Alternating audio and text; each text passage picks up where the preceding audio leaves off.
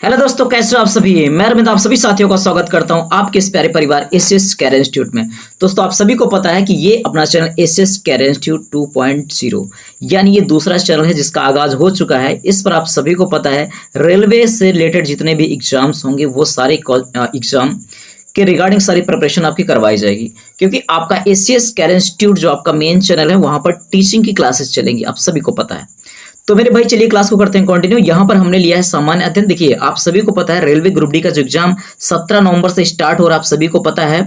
और इसके लिए आपको देखो, जो आपका सामान्य अध्ययन का पोर्शन वो 20 नंबर का आएगा, जिसमें से अगर हम बात करें मोटा मोटी कि आपका 11 से 13 नंबर तक, या ये डाटा थोड़ा फ्लैक्चुएट भी हो सकता है, मतलब ये फिर 8 से 12 तक जा सकता है, 8 से 10 तक जा सकता है। तो मोटा मोटी अगर ऑन एन एवरेज अगर मान के चलें तो तकरीबन मान के चलिए 11 से 12 नंबर तक, 11 से 12 नंबर तक तो आपका करंट अफेयर हो जाता है, जिसमें से अगर बात करें 7 से 8 नंबर, ठीक है, या 8 से 9 नंबर तक की अगर हम बात कर लेते हैं, 8 से 9 नंबर तक का आपका जनरल अवेयरनेस यानी सामान्य अध्ययन का क्वेश्चन आता है। तो इसके लिए आपको क्या करना, बहुत ज्यादा, अगर आप पूरी तरह से डेडिकेटेड है रेलवे ग्रुप डी एग्जाम के लिए, तो आपको बहुत ज्यादा इसके लिए नहीं करना है। देखिए, आपको करंट अफेयर तो अलग से करना ही पड़ेगा, साथ ही साथ 8 से 9 नंबर जो है वो आपका कवर हो जाएगा। इस वीडियो को आप देखिए, जितने भी क्लासेस आपको मिलते रहे सारी वीडियोस आप देखिए, और जस्ट इनको एक बार आप रिवाइज कर लीजिए, बस सारा काम आपका हो जाएगा, क्वेश्चन आपके बन जाएंगे। जैसे आपके नजरों तले पड़ेगा क्वेश्चन ना, आप बिल्कुल इजीली इसको बना पाएंगे, बहुत प्यार से आप बना पाएंगे, ठीक है। तो इसके लिए बहुत ज्यादा आपको पीएचडी करने की कोई जरूरत नहीं, क्योंकि आप पीएचडी करने जाएंगे तो जीएस अथाह है, बहुत ज्यादा है, और आपके पास देखिए लिमिटेड टाइम है। तो लिमिटेड टाइम में आपको थोड़ा सा स्मार्टली अप्रोच अपनानी पड़ेगी, स्मार्ट अप्रोच अपनानी पड़ेगी। तो उसके लिए स्मार्टली तरीके से आपको काम करना पड़ेगा, ठीक है। तो स्मार्ट अप्रोच अपनाइए ताकि चीजें बेहतर ढंग से हो जाए, आपका टाइम ज्यादा कंज्यूम ना हो और चीजों को आप ज्यादा, मतलब कम टाइम में आप ज्यादा प्रोडक्ट आउटपुट निकाल पाओ, ठीक है। तो चलिए करते हैं क्लास को कंटिन्यू। तो सबसे पहले यहाँ पर चीजें हम देखेंगे कि सबसे पहला क्वेश्चन भी हमारा पे यहाँ क्या है कि तिस्ता नदी के बारे में कि तिस्ता ब्रह्मपुत्र की सहायक नदी है। यानी अगर हम बात करते हैं कि जो तिस्ता है वो किस नदी, क्वेश्चन आपसे पूछ लेगा कि निम्न में से कौन ब्रह्मपुत्र की सहायक नदी है या नहीं है। तो अगर उसमें से अगर बात करें तिस्ता नदी की, तो आपको ध्यान देना तिस्ता नदी जो है ब्रह्मपुत्र की सहायक नदी है। अगर हम बात करते हैं नदियों से रिलेटेड थोड़े से कुछ क्वेश्चन की बात कर ले, तो देखिए, अगर आपसे पूछा जाए कि विश्व की सबसे लंबी नदी अगर हम बात करें, तो विश्व की सबसे लंबी नदी की अगर हम बात करते हैं दोस्तों, तो सबसे लंबी नदी कौन हो जाएगी, आप सभी को पता है नील नदी, ठीक है। नील नदी जो है वो विश्व की सबसे लंबी नदी है। लेकिन अगर हम बात करते हैं अपवाद क्षेत्र के आधार पर, ठीक है, अपवाद क्षेत्र के आधार पर अगर आपसे क्वेश्चन ऐसे पूछ ले कि अपवाद क्षेत्र के आधार पर बताइए विश्व की सबसे बड़ी नदी कौन है। देखो, लंबी और बड़ी में थोड़ा सा फर्क आपको समझना है कि लंबी अगर पूछता है तो नील नदी, और अगर बड़ी नदी पूछता है, सबसे बड़ी नदी पूछता है, क्योंकि इसका एरिया ज्यादा बड़ा है, तो ये जिसका एरिया बड़ा है वो कौन सी है, वो आपका अमेजन नदी है, ठीक है। अमेजन नदी एरिया के मामले में नील नदी से ज्यादा है। तो इसका मतलब ये है कि जो अमेजन नदी है, ठीक है, वो विश्व की सबसे बड़ी नदी है, और जो नील नदी है वो क्या है, विश्व की सबसे लंबी नदी है। बात करते हैं अमेजन नदी, तो ये कहाँ भी, दक्षिण अमेरिका, ठीक है, दक्षिण अमेरिका, ठीक है, दक्षिण अमेरिका। चलिए, आई होप इतनी बातें आपको समझ में आ गई होंगी। अगर हम बात करें थोड़ा सा और इसके बारे में थोड़ा बात करें, तो विश्व का सबसे बृहत्तम डेल्टा कहाँ निर्मित होता है, मतलब अगर हम बात कर लें कि विश्व का सबसे बड़ा डेल्टा कहाँ पर बनता है, कहाँ निर्मित होता है, तो यह बनता है गंगा, ठीक है, गंगा ब्रह्मपुत्र द्वारा, ठीक है, गंगा ब्रह्मपुत्र द्वारा जो है, गंगा ब्रह्मपुत्र द्वारा जो है आपका विश्व का सबसे बड़ा डेल्टा बनता है। ये बातें आप सभी को ध्यान रखना है। और अगर हम बात करते हैं, एक चीज यहाँ पर आप सभी को ध्यान देना है इसके रिगार्डिंग, देखिए ये सारे क्वेश्चन आपके एग्जाम में देखने को मिलते हैं, कई बार पूछ लिया जाता है। जैसे अफ्रीका महाद्वीप की कौन सी नदी है, अफ्रीका महाद्वीप की कौन सी नदी है जो आपका मकर रेखा को 2 बार काटती है, अफ्रीका, ठीक है, अफ्रीका महाद्वीप की कौन सी नदी है जो मकर रेखा को 2 बार काटती है। तो आप सभी को पता होना चाहिए दोस्तों, वो नदी आपकी क्या, लिम्पोपो, ठीक है, लिम्पोपो, लिम्पोपो नदी जो है, अरे थोड़ा सा गड़बड़ लिख दिया, यहां पर देखेंगे लिम्पोपो, ठीक है, लिम्पोपो नदी जो है वो आपका क्या है कि मकर रेखा को 2 बार काटती है। चलिए, और अगर इसके थोड़ा सा और नदी से रिलेटेड थोड़ा सा और फैक्ट अगर देख लें, तो अगर हम बात कर लें यहाँ पर कि इटली की सबसे जो लंबी नदी है, ठीक है, इटली की सबसे लंबी नदी है जिसे इटली की गंगा भी कहा जाता है। तो इटली की गंगा किस नदी को कहा जाता है दोस्तों, तो इटली की गंगा कहा जाता है किसको, पो नदी को। तो पो नदी को क्या कहा जाता है, इटली की गंगा कहा जाता है। आई होप दोस्तों इतनी बातें आपको समझ में आई होंगी, ठीक है।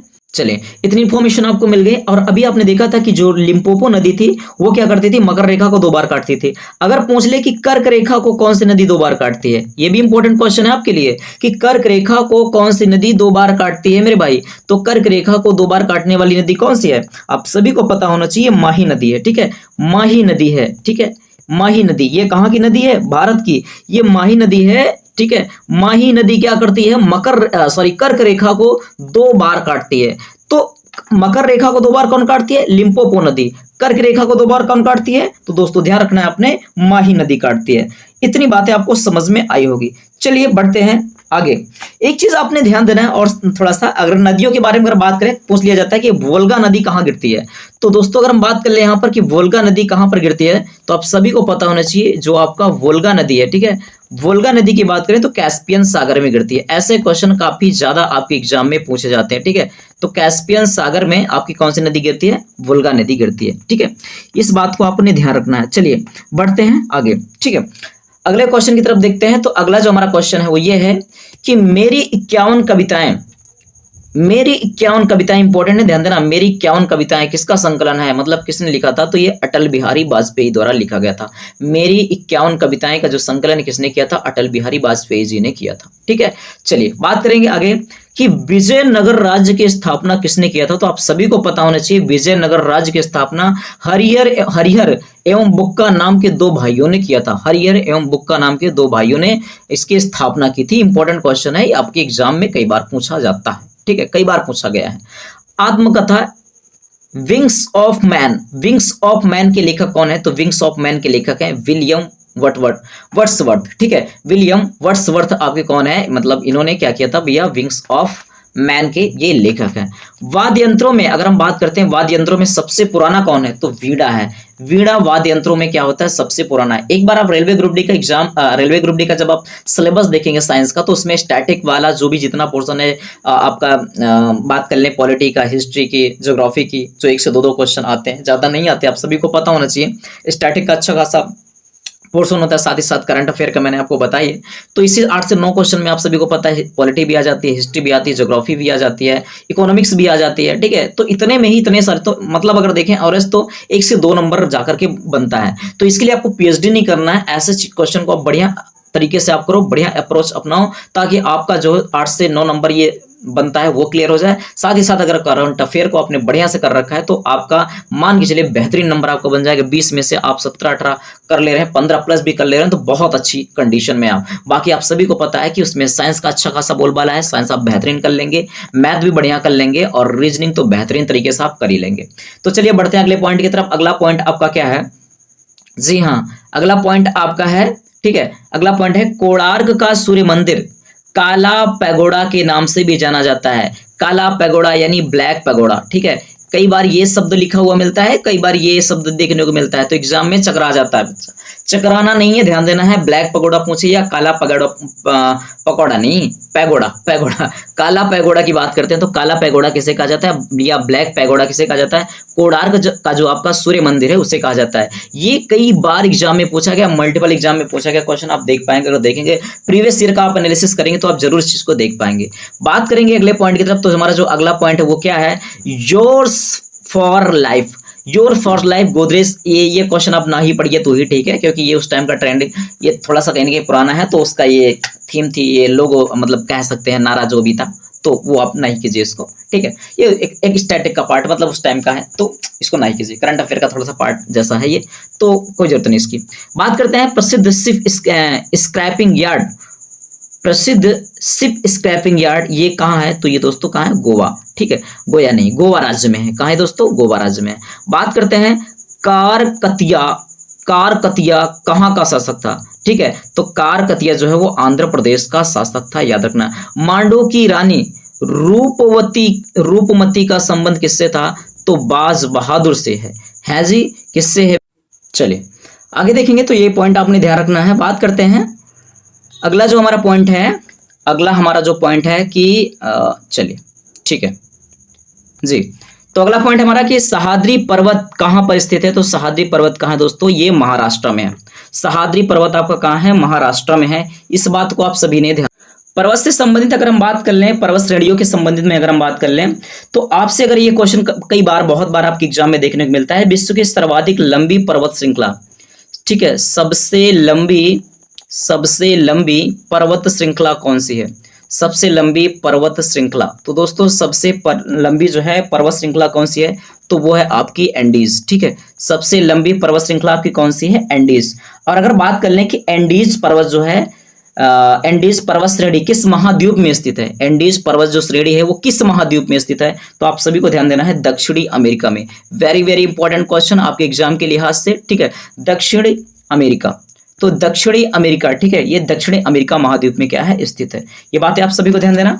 और पर्वत से संबंधित अगर हम और कुछ क्वेश्चन बात कर लें, यहाँ पर और क्वेश्चन अगर बात कर लें, तो यहाँ पर आपने ध्यान देना है कि दक्षिणी आल्प्स पर्वत मालाएं किस देश में हैं? तो दक्षिणी आल्प्स अगर हम बात करते हैं, ठीक है, यहाँ पर बात कर लें दक्षिणी आल्प्स, ठीक है, पर्वतमालाएं किस देश में है? तो दोस्तों ये आपका है न्यूजीलैंड में, ठीक है। ये कहाँ पड़ेगा? आपका न्यूजीलैंड में पड़ेगा। इतनी बातें आपको समझ में आई, ठीक है। और थोड़ी सी अगर बातें और कर लेते हैं, यहाँ पर जो आपसे क्वेश्चन पूछा जाता है कि जैसे माउंट एवरेस्ट, ठीक है, तो माउंट एवरेस्ट की ऊंचाई के बारे में तो आप सभी लोग परिचित हैं, ठीक है। माउंट एवरेस्ट की अगर हम बात कर लें, ठीक है, माउंट एवरेस्ट की बात करें तो इसकी ऊंचाई से तो सब लोग परिचित हैं। पूछा जाता है कि इसकी स्थिति कहाँ है, तो कई लोग सोचते हैं, कई लोग को लगता है कि ये नेपाल में है, किसी को लगता है भारत में है, किसी को लगता है तिब्बत में। तो लेकिन दोस्तों आपने ध्यान देना है, ये कहाँ पड़ेगा? आपका नेपाल तिब्बत की सीमा पर, ठीक है, ये नेपाल तिब्बत की सीमा पर पड़ेगा। इस बात को आपने ध्यान देना है। और बात करते हैं अगर जो K2 के बारे में, ठीक है, K2 के बारे में अगर हम बात करें तो इसकी ऊंचाई कितनी है? 8,611। माउंट एवरेस्ट की कितनी है? माउंट एवरेस्ट की है मेरे भाई 8,848 मीटर, 8,848.86 मीटर की हम बात कर लेते हैं, तो आपका 8,848.86 मीटर है आपका। लेकिन बात करते हैं K2 की, तो K2 की आपकी क्या है? 8,611 मीटर। बात करते हैं कहाँ है ये? भारत में है। कहाँ? ये भारत में, लेकिन कहाँ? पाक अधिकृत लद्दाख में है, ठीक है, पाक अधिकृत लद्दाख, ठीक है, पाक अधिकृत लद्दाख में है, ठीक है, भारत के पाक अधिकृत लद्दाख में है। इतनी बातें आपको समझ में आई। और अगर आपसे पूछ ले, ठीक है, आपसे अगर और पूछ ले कंचनजंगा, ठीक है, कंचनजंगा के बारे में अगर पूछ लेता है, कंचनजंगा के बारे में पूछता है, तो इसकी ऊंचाई कितनी है? 8,586 मीटर, 8,586 मीटर है। और बात करते हैं कहाँ स्थित है, तो ये भारत नेपाल सीमा पर स्थित है।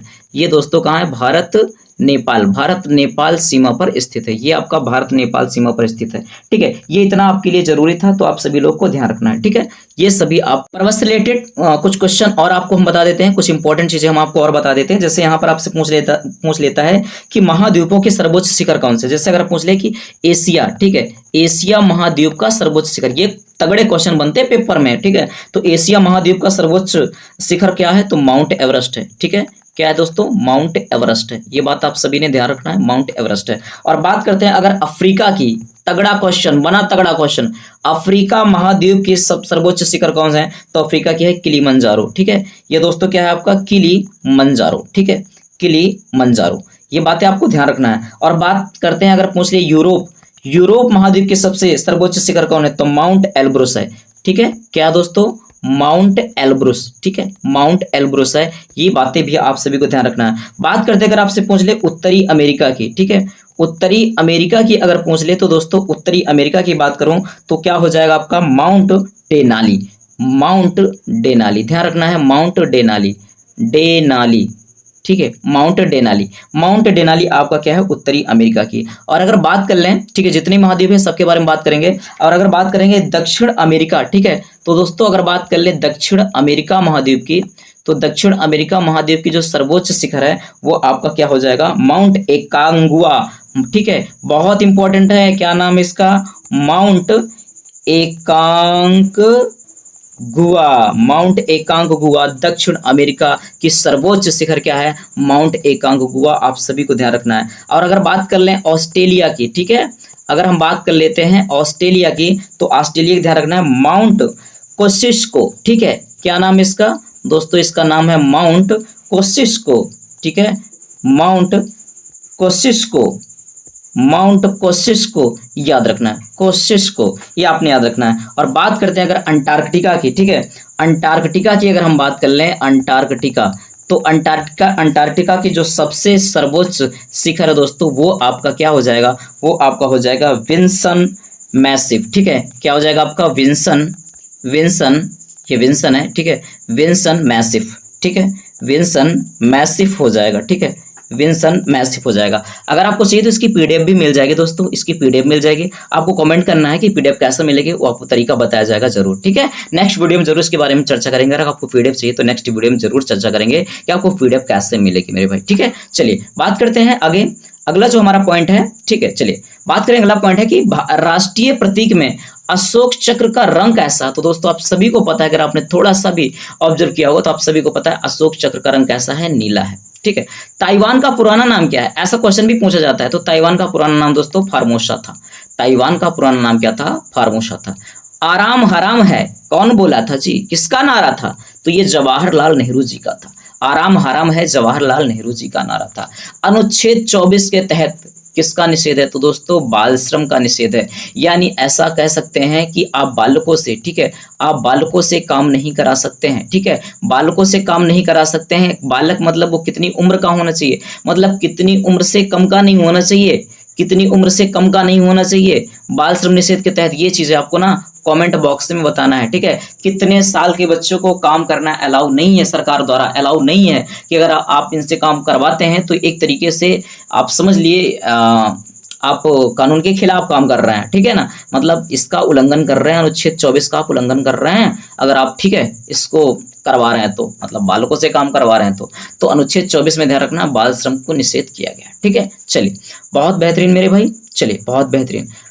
उम्मीद करता हूं ये सारी बातें आपको समझ में आई होंगी। तो क्लास कैसी लगी दोस्तों आप लोग कमेंट करके जरूर बताइएगा, चैनल को सब्सक्राइब कीजिएगा और अपने फ्रेंड सर्कल में शेयर कीजिएगा। क्लास कैसी लगी ये फीडबैक आप जरूर दीजिएगा, और आज अगर ना अच्छी लगी हो तो डिसलाइक मारिएगा, अच्छी लगी हो तो लाइक मारे बिना जाइएगा नहीं, ठीक है।